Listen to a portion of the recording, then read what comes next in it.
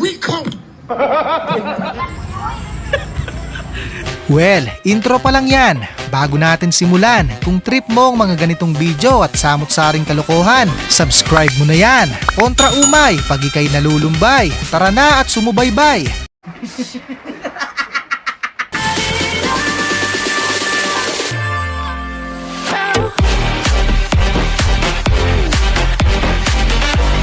Nakipagsapalaran si Mrs. kahit labag sa kanyang kalooban. Wala nang atrasan to.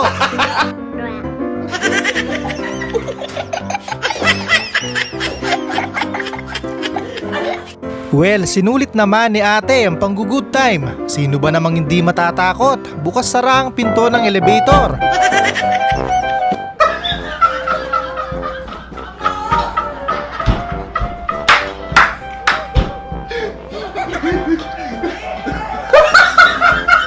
Kahit luma na, patok pa rin sa panlasa. Kabisado pa rin ang step kahit matagal na.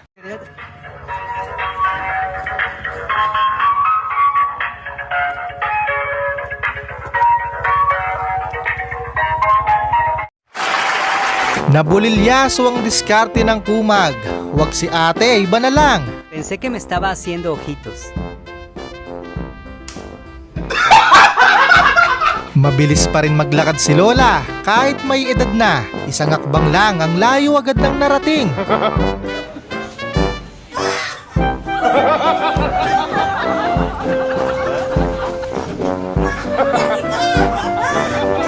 Napabilib ako sa fighting spirit ni Father. Tuloy-tuloy pa rin ito kahit nalaglag na ang pustiso. We come.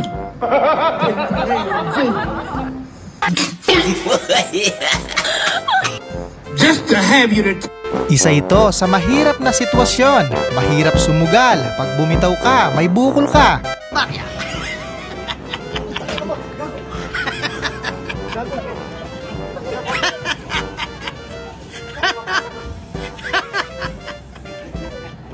May potensyal si ate. Pwedeng isali sa swimming contest. Ganda ng form, patag na patag.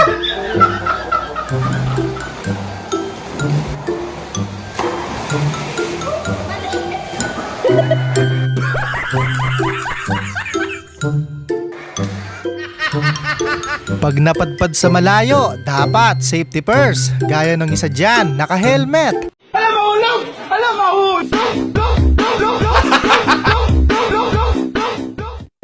Ganito ang tamang pag-inquire. Hassle nga naman kung tatawagan pa. Gastos pa sa load. For sale, 400 square meters. Look for Mel. Mel! Mel! Dito po ba si Mel?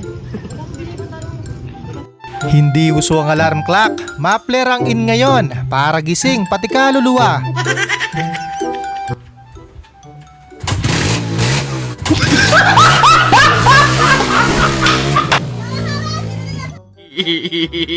Mukhang bising nakikipagmarites ang may-ari. Kaya ang pushcart nito naglakad na pauwi.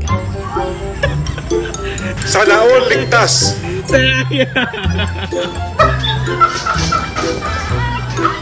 Naligo nang wala sa oras. Wala man lang pasintabi. Sa may tubig pa talaga dumaan ng walang hiya.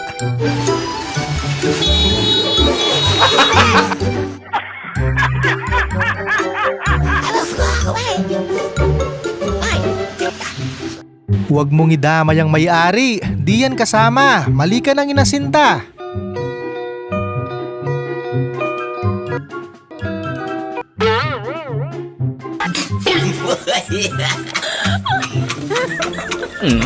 Lalo lang tumaas ang BP ni Lola sa narinig niya. Mabuti nang malaman para maagapan. Yan po, binibibi po ka kay Lola. Anong BP? 150 overacting.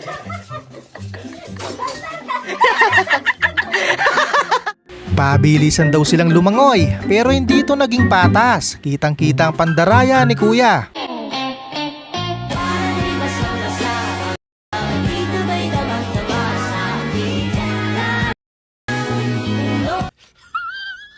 Sa init ng panahon ngayon, lugi pag walang aircon. Kaya si Kuya tamang diskarte na lang.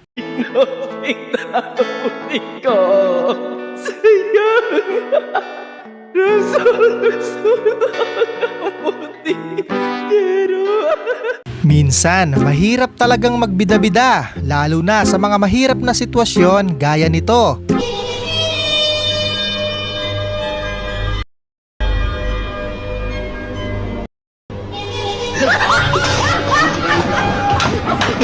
Labis ang tuwa ni Tatang habang nagpapaputs pa ito. Konti na lang, bibigay na siya.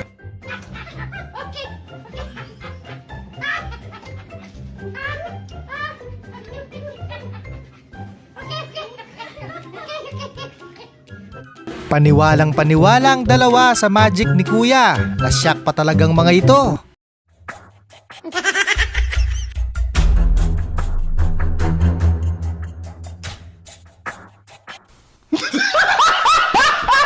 Galing ha? Naku po, mukhang mag-aabono pa ata si Tukmol. Huwag kayong umuwi pag walang kapalit yan. Dali. Patay! Yari! Sa una, mahirap talaga. Pero pag tumagal, sisiw na yan.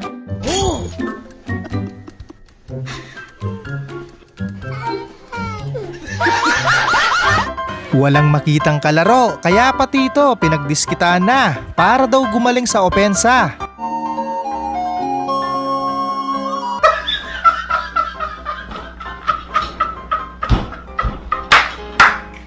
Di ka nga nabasa sa ulan, nagtampisaw ka naman sa maputik na kalsada.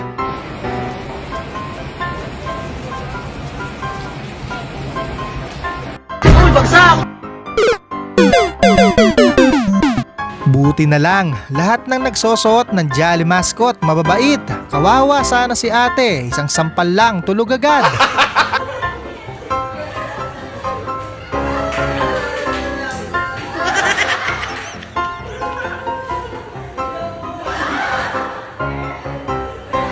Grabe, ang daming violation ni Kuya. Na-stress tuloy ang checkpoint kaya pinalagpas na lang.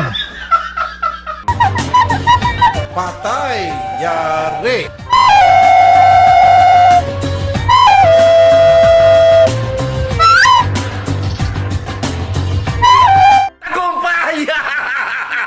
Magandang pumili ng pwesto si Tatang, pero pag tinamaan, walang sisihan. Oh, no.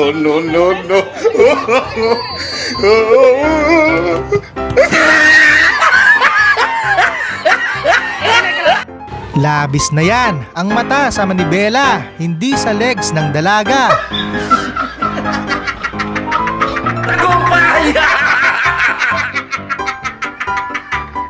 Sobrang ikli ng pasensya ni Kuya, pinahiram mo na nga, pinagbayad ka pa. No.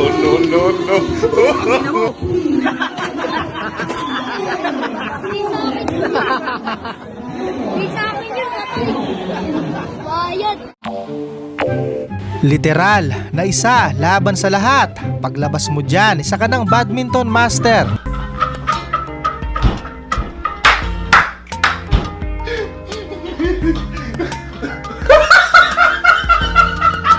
Lahat ata ng gamit ng Jollibee inuwi na, pati yung ribulto di pinalagpas. Hindi nito. May nag-uwi ng baso, nag-uwi ng kutsara, nag-uwi ng tray. Ito inuwi, statwa na mismo. Ano kung inuwi yan? Hindi siya sinisita. Buti na lang, sampal lang ang inabot. Kung sa iba yan, bugbog sarado ka.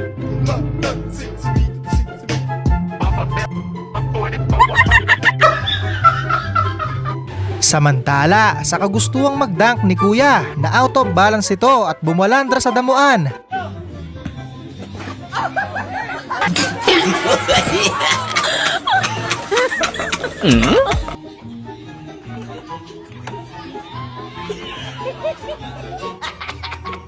Yung nadamay ka lang, pero ikaw pa yung nasaktan, kakaselfie nyo yan.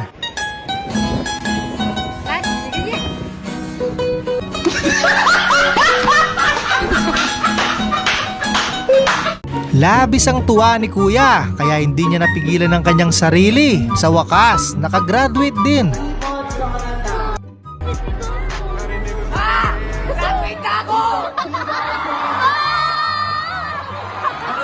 Yan ang napala mo. Ganyan talaga pag hindi ka nagpaalam sa may-ari. Talon, talon. 1, 2, 3. Nakapito na.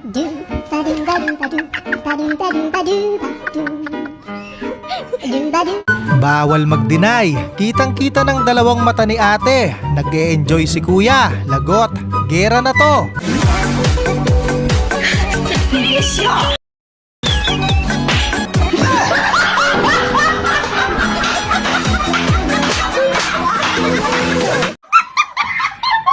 Muli, maraming salamat sa panonood. Keep safe always.